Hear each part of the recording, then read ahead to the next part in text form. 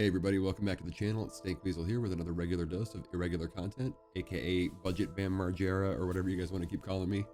We've had a few changes in the last week with Phasmophobia, so I want to go ahead and just cover the changes real quick, and then obviously bugs. There's been plenty of those being fixed. I'll leave notes or the link down in the description if you want to check out the patch notes yourself. But things like players' inability being killed, issues with VR, issues with object interactions, things like that. Those have all been resolved, so you can check those out if you care. But what has changed? Let's get into it. So back on February 4th, a change went into place that allows ghost footstep photos to be taken only if the ghost is hunting or it has walked in salt.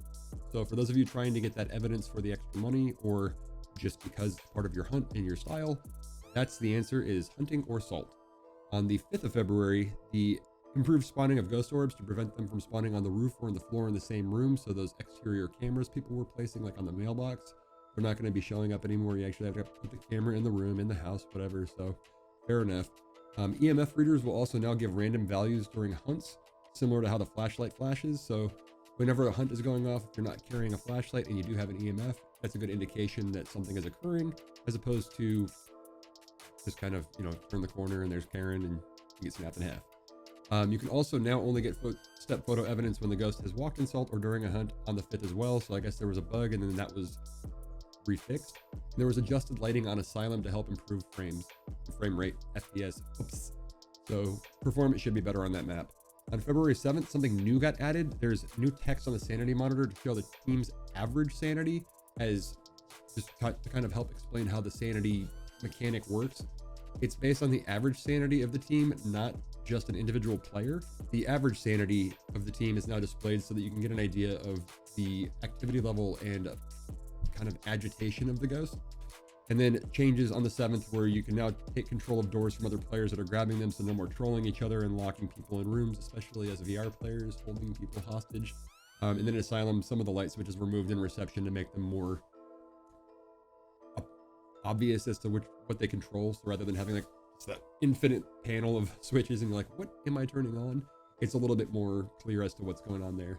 On February 8th, the change was that the ghost appearing and walking towards you will now count as a ghost event. So we don't have to wait for someone to get thrown. We don't have to wait for a phone to go off or anything like that. If the ghost does appear or walks towards you, that will trigger that objective for you now. Additionally, lower the volume of the clock buzzing sound in the truck.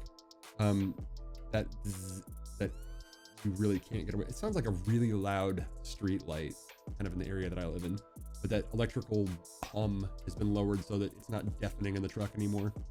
The sanity for all dead players will no longer be set to 0. It will remain at what they died with. And so that helps with, again, the big sanity change that we'll be talking about momentarily. On the 9th, dead players will no longer count towards the average sanity. So that removes them from your average for the alive members of the team. So if somebody died at 0, they're not holding you back. It's going to be just based off of the effective sanity of living players. And what happens now, alive players will now lose 15 sanity each time a player dies. So there is a penalty for anybody allowing somebody to die, not using the audio cues and being able to taunt tease the ghost away from your fellow teammates, or trying to bait the ghost around and things like that. So a little bit more aggressive in the sense that it will increase the difficulty based on risks taken, but also kind of incites you to take some risks in order to keep your team safe. And then yesterday, changed the texture of the farmhouse walls to fix the seams and tiling. So finally, farmhouses are getting those updates. Hopefully the light maps get fixed soon too, and then it'll be nice and pretty. We won't have like the infinity spotlight flashlight outside. And then move the candle, salt, and lighter spawns to the truck to help accidentally prevent lighting the smudge stick. So that way you no longer accidentally, use up and consume the items that you guys brought with you. But yeah, the big thing there with the average sanity, having that called out and put in the forefront and kind of spotlight really explains how that system works, and hopefully players will start to understand how to manage that. And then conversely, if you're a low sanity player, knowing that you can go back to the truck and take a couple of the sanity pills, increasing the overall team average, therefore increasing the safety of the players in the facility, therefore increasing the ability for them to live, not get hunted, and decreasing your chances of taking those sanity hits when players do get caught by the ghost.